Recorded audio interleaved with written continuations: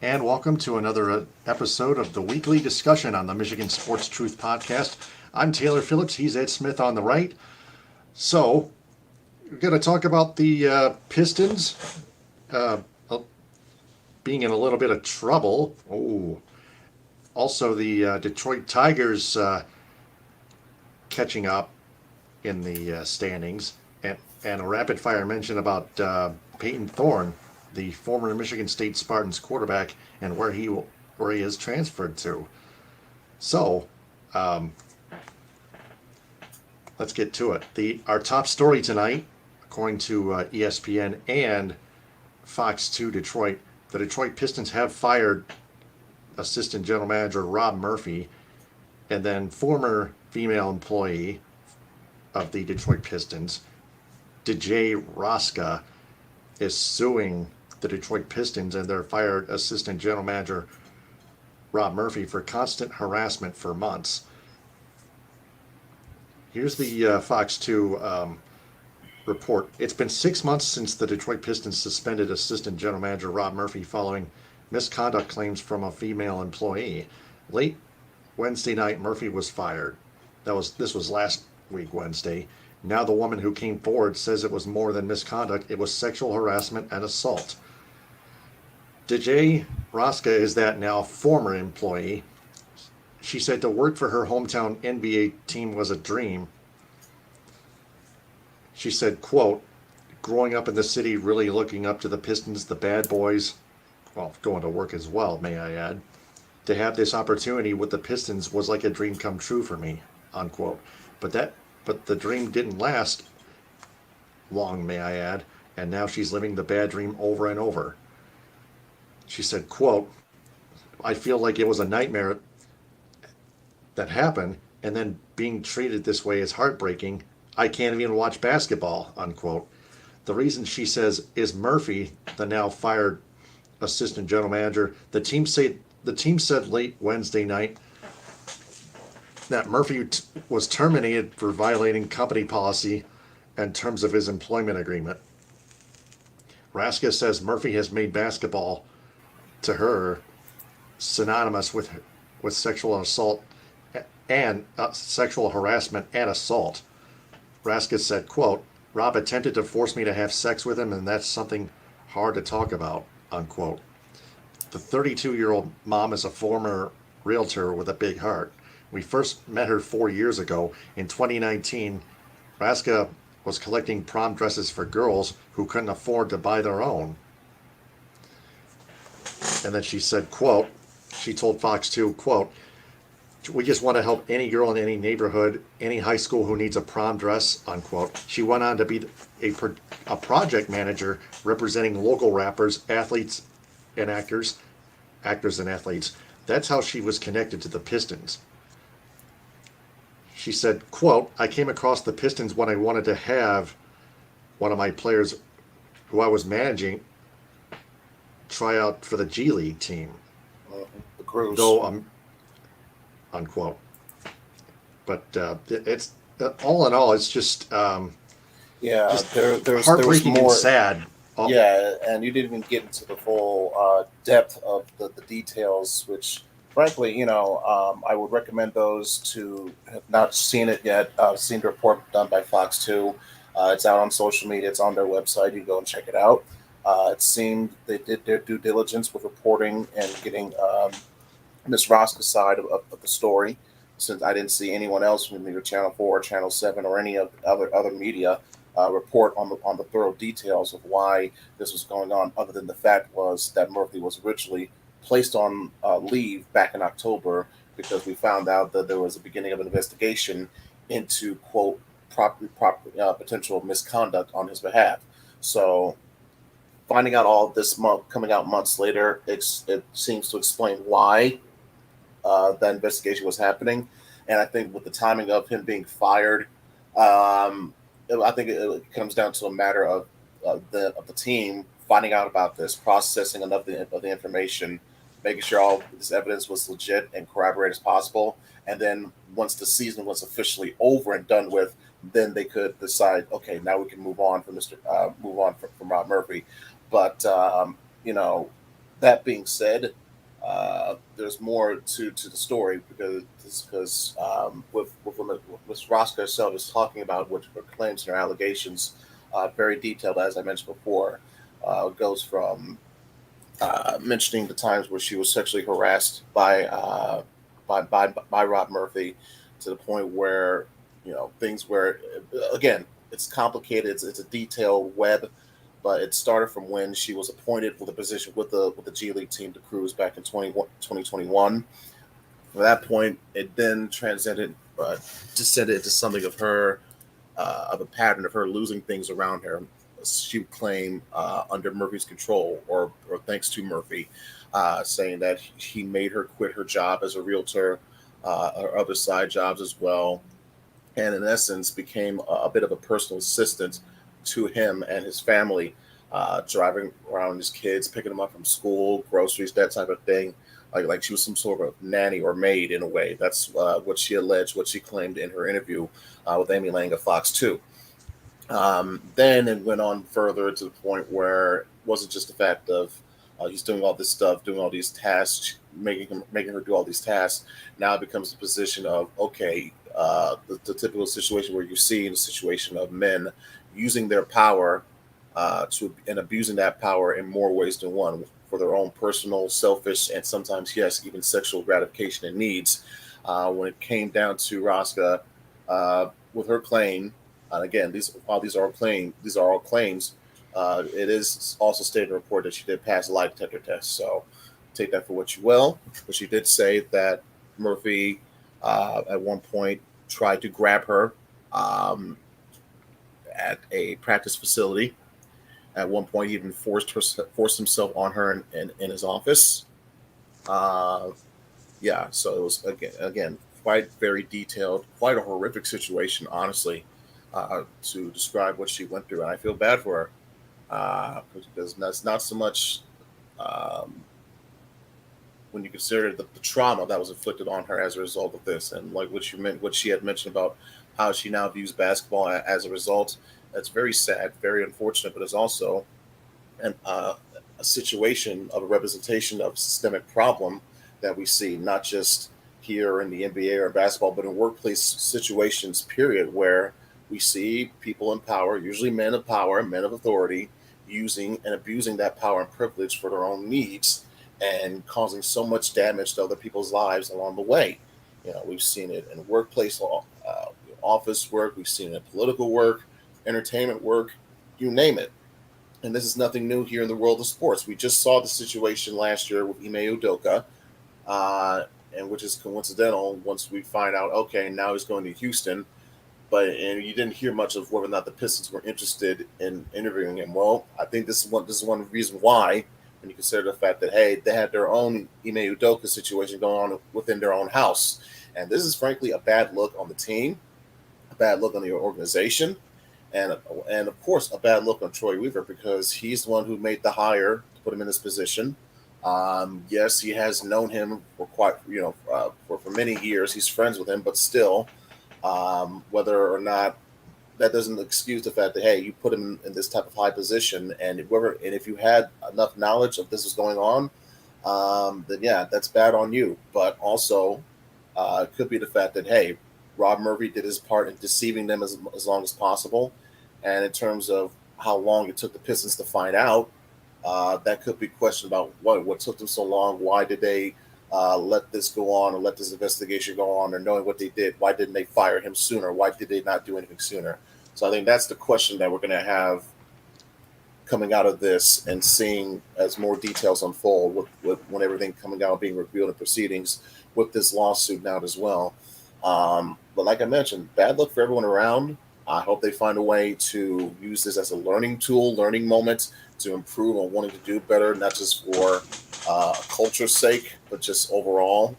So again, this what the rules are in place for a reason, to prevent situations and occurrences like this. And when you break them, or do what you do, you have to deal with the consequences. So whatever consequences befall of this lawsuit, or whatever the case may be, Pistons, in my opinion, they brought it on themselves. Yeah, they did. And yeah, there was no winner. there's no winner in this situation yet until this is all settled in court. If she's going to sue the Pistons and Murphy, it'll have to be settled in court. And Yeah. But depending on what is revealed throughout the process of this case, may say a lot about the team, the organization, and frankly, like I mentioned, the system at large as a whole. yeah, and we're going to stay on top of it. This is going to be a developing story that's all over the state, especially around the Hopefully. Detroit area. We would So hope so. we're going to keep our eyes on that. It's part of what we do on the Michigan Sports Truth podcast. The Tigers, 15-18.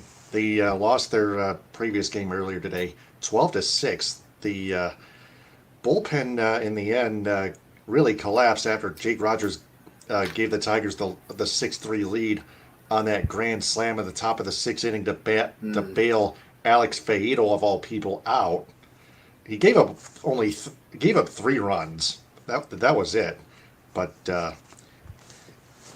he lasted like five or less innings in that game. Yeah, let me get the box score on that. Yep, 4 2/3 innings, 2 earned runs, 3 runs total on 3 hits, no walks, 1 strikeout. Faedo this year right now after that one start, 3.86 ERA and a 0.64 WHIP, which is very impressive.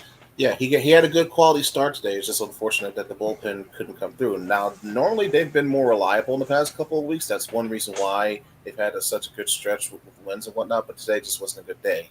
That being said, you got to remember they did take at least 2 out of 3 in this series against the Cardinals. That's another series. That's like what their 5th or 6th series in a row that they've won. Yeah, they did. Yeah, today they committed 4 errors, all fielding 2 each on Baez and Nick Maton. Mm-hmm. Well, Baez, I will last year, off day for the defense too, because up to this point they were. He usually picks the ball cleanly. He does. But leading up to today, the team was amongst the top 3 least committing errors. Teams that committed the least amount of errors in the whole league. So they worked on that. Today was just not their. Just not the defense's day. It was a getaway day. It's a Sunday day. It's a Sunday game. You guys won 5 in a row. You've taken the series already. I get it. You got a day off coming tomorrow. If not tomorrow, or is it tomorrow? No. They're in Cleveland tomorrow playing the Guardians. I got you. Monday through Wednesday. But again, it's just a different mindset. I think, in my view, they viewed this day as a true getaway day, in my opinion. Yep. Joey Wentz, who is 0-3 with a 6-something ERA, is going against Tanner Bibby, 2.45 ERA, 0.91 WHIP. Those are good numbers on Tanner Bibby. Joey Wentz, 0-3, a 6.67 ERA. Ouch, a 1.41 WHIP. Yeah, and that's already putting us probably at a potential disadvantage in the first game, and then we got Shane Bieber in game 2 to deal with. Game 2, Shane Bieber, against Michael Lorenzen, who shined in his last outing, his last start, got a win, 1-1, 5.14 ERA. That was against. That was against. Let me check. That was against the New York Mets in Game 2 of that doubleheader when the Tigers won 8-1. You hope that Lorenzen didn't even allow a single run. You would hope that Lorenzen shows it more than the other one that we saw in other parts of the season, because until they get to Game 3, which is we would think as more of a safer bet because Rodriguez is pitching in that game, they're going to be it's going to behoove them, in my opinion, to take at least one of these 2 games in Cleveland, because I think in terms of a starting pitching rotation standpoint, they're at a bit of a disadvantage. Yeah, and the Guardians just took back second place, 16-18. The Tigers are 15-18, just a half game back for second place. 3 games back of the first place Minnesota Twins, who are 19-16 in the AL Comedy Central. Granted, yeah, it's and like you said, Taylor, it's the AL Comedy Central for a reason. But but when you consider how the Tigers started this year off and how they looked against, well, frankly, against the AL East, it was very disconcerting to say the least. But again, in terms of how they've done since then, since Javi Baez getting benched, which I'll get to in a moment, they've looked very strong. Granted, it is a weaker or more easier schedule compared to most, but consider how most people were projecting this team to potentially be what a 50, maybe 60 win team after the first couple of weeks of the year. Seeing how they pick things up from a pitching standpoint, timely hitting standpoint, and especially defensive standpoint, remarkable improvement. Sometimes you need those kind of moments where if your manager does something, it galvanizes the team. I think we've seen that already with what AJ Hinch did earlier in the year.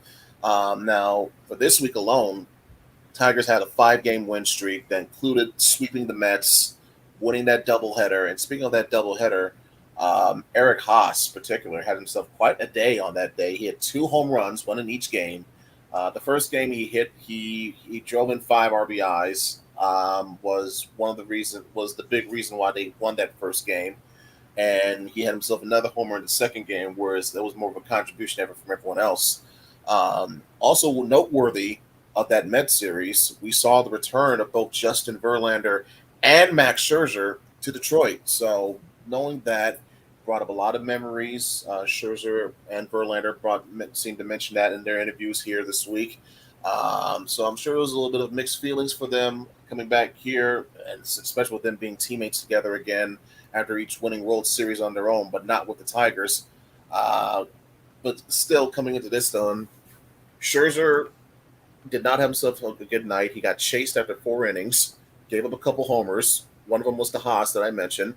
And then with Verlander, he himself got rocked in the first inning. Gave up back-to-back homers. He had a hanging curveball that Riley Green just smashed, and then the very Back to back. the very next batter gave up a homer to Javi Baez, back-to-back jacks in the first. So, granted, Verlander, after he shook that off, he settled in and did what he usually did. So, gave you five innings of quality work, couple strikeouts. Now, got to remember, this was his first official start of the season. And he's aging too. Yeah, he's 40, and this was his first start of the year because he had a pushback due to, I think, he was being placed in the IL. That's what it was. But in my opinion, he looked solid. He looked pretty good. Once he got settled in after that first inning jitters, he was just dialing from that point on. It was as close to a vintage Verlander performance as you could see, and it was definitely vintage because his offense couldn't do jack shit for him. But granted, that was also due to the fact that Eduardo Rodriguez, who has been absolutely remarkable over the past month or so, he did it again here against the Mets. 8 innings, 8 scoreless innings, 9 strikeouts, just 2 walks on 3 or 4 hits. He outdueled Verlander. He retired his last 15 straight batters. And frankly, over these last 5 starts, he's given you over 34 innings of work, only 18 hits, 2 runs allowed, period, just 4 walks, and this one, most especially, that I love, 33 strikeouts. He showed that in particular, I think it was the 7th inning where he struck out the side. He's looked absolutely fantastic, and while that's all good and dandy, you got to remember at the back of your mind, hey, this guy could be a potential trade piece near or at the deadline, because I have a funny feeling, because due to how his contract is layered and structured, he has the opportunity to opt out at the end of this year if he wants to. I would not be surprised if he were. Depending on whether he's traded from here or not, I would not be surprised if he decided to opt out this year at the end of the season. Based on what he's doing this year, it wouldn't surprise me. All right, so we'll keep our eyes on that too. Yeah, and as for one more little thing for the Tigers before we get to the Payton Thorne issue, I did mention Javi Baez before. It's worth noting, since he was that incident in, I believe it was in Toronto when he got benched on April the 13th. Yep. Since then, now granted, this was based on information that I was reading as of a couple of days ago, but I think it still seems fairly accurate. But at least coming into Saturday or Sunday, since he was benched on the 13th of April, he's been hitting .359, OPS near 1,000 of .995, and he's been leading the team in batting average, slugging percentage, OPS, All the basic hitting symmetrics analyzed and advanced, simple and advanced you like to see. Hits, well, I wouldn't say hits, but at least runs scored, RBIs, doubles, as well as hits, excuse me. And since the fact he hit his first 3 homers of the year this week, he now leads the team in home runs. So Javi has been shown with veteran mettle. You already mentioned the how he's been making improvements defensively, and now it's showing even more with his bat, which is what you wanted to see. So more development and growth that Hinch can get out of his players like that, from both big to small, like seeing more out of Riley Green, like Eric Haas having the days that he had in the doubleheader against the Mets. Those kind of examples shining through. A Matt Vierling occurrence every once in a while, and you know what? Even Akil Badu showing up in a timely manner. All those little things matter in the thick of things when you're trying to show improvement on a year-to-year basis. Because let's be honest, this team still has a whole. Badu got a game-winning double RBI double in the top of the 10th. Exactly. So, depending on knowing on what your current team is made up of, and knowing what you may want to do with it in the future, the fact that you're getting this much effort out of them says a lot, in my view. Yeah. And guess what? With the way their schedule is looking right now, they're not going to face another team from the AL East until July. So they got some time. They got some time to really make some noise and make some noise in this AL Central Division. Because, like you said, they're only 3 games back and they're in 3rd place. A lot can happen between now and July, my man. Yeah, and they play at home against the Blue Jays, Toronto, July 7th through 9th, Friday through Sunday. And that's the only AL East team that they play in July. And then because that's right before the All-Star break. Yep. And then and then in August they got the Tampa Bay Rays, the Boston Red Sox, and the New York Yankees at home at Comerica Park for a 4-game series. And then in September they're in the Bronx playing the Yankees, and that's it. The Tigers already played the Orioles in 2 series already, both away and at home at Camden Yards at Comerica Park. The Orioles, like I said, are no joke. The AL Beast is no joke. The whole division is a murderer's row. So yeah, it's not too surprising when you consider of how the Tigers, with the stage that they are at right now against those 2 teams or against that whole division. It's not surprising to see some results that came up as a result. But still, props to them for still keeping up and sticking ground within the AL Central. Still a whole lot of season left to do. So, like I said, they can make something happen here. They also play the Cubs at home in August. The Cubs at home in August, too. All right, so now to the Payton Thorne's story. That he transferred to Auburn from Michigan State. So, Ed, just a rapid-fire mention. What are your thoughts on that? I find it interesting that he's going to go from a juggernaut Power 5 conference like the Big Ten to another juggernaut Power 5 conference in the SEC, where he's arguably going to see more athletic, stingier, stronger defenses that he's faced in the Big Ten. Different style, different speed. With your Alabamas, with your Georgias, with your Tennessees, your LSUs, your A&Ms. You're going to see that in the SEC. And again, I think the fact that he views more potential at playing time with Auburn than he did at MSU, even after this past season, says a lot. He may have felt that he needed a change of scenery. I'm sure some MSU fans might have felt that as well, if we're going to be completely honest. I know others will react to this in a more negative way, and which, granted, after the day you had last Sunday when you lost 3 players, including all of them starters, by the way, mind you, including your starting QB and your best wide receiver in Keon Coleman, who, by the way, I will at least like to mention this little nugget. Apparently, he's getting some looks from Michigan. Food for thought. Whoa. Anyway, Payton Thorne, for himself, I wish him the best of luck, but he is going to be in for some type of experience, because if you thought dealing with Michigan and Ohio State was something, wait till you get your first taste of Alabama, my friend. Yeah, Auburn and Alabama. Those are like that's another rivalry in the Yeah, SEC. wait do you deal with? Wait till you get your first Georgia game out the way. Yeah. Duh. Oh yeah. So that is all we have for the Michigan Sports Truth Podcast weekly discussion for May 7th, 2023. I'm Taylor Phillips. He's Ed Smith. Follow the Michigan Sports Truth Podcast on Twitter and Instagram at Michigan_Truth. Like its Facebook page and subscribe to its YouTube channel at the Michigan Sports Truth Podcast. Also on Twitch at DT2Phillips1984. Follow me on Twitter and Instagram and subscribe on YouTube at DT2Phillips. Also Ed Smith on Twitter and Instagram and Twitch at EdSmith313.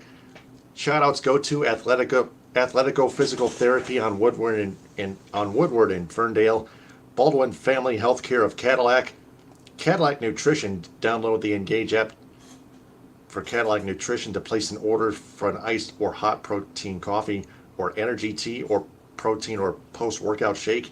Cali Tickets. Call 877-225-8425 or visit CaliTickets.com. Creative Embroidery of Cadillac for designing the Michigan Sports Truth Podcast logo on my long sleeve shirt and t-shirt back behind me. Cuts by Melanie in Lake City. I'm getting a haircut Wednesday at 12:30 p.m. The Edo Ramen House in Royal Oak, rated Detroit's best Japanese restaurant for consecutive years. 248-556-5775 or EdoRamenHouse.com. Also on Instagram at Edo Ramen House. Delicious sushi and Filipino food and more. And live music. Impact north of Ortonville, where you can also get iced or hot protein coffee, energy tea, and protein and post-workout shakes. Let's roll with it. Rolled ice cream in Cadillac, now branded with the Food Mafia. Couple, like 3 doors next to Skegan Axe Throwing in Cadillac, uptown. Northern Star Event Rentals in Cadillac, 231-884-8195. Call Heather Krzyzewski for bounce houses, tents, water, inflatable water slides, and everything. Also like their Facebook page, Northern Star Event Rentals. The Red Ox Tavern in Auburn Hills, where Jeff Moss did his DSR on TV pilot episode 6 years ago. Samaritas, including my workplace senior living facility in Cadillac.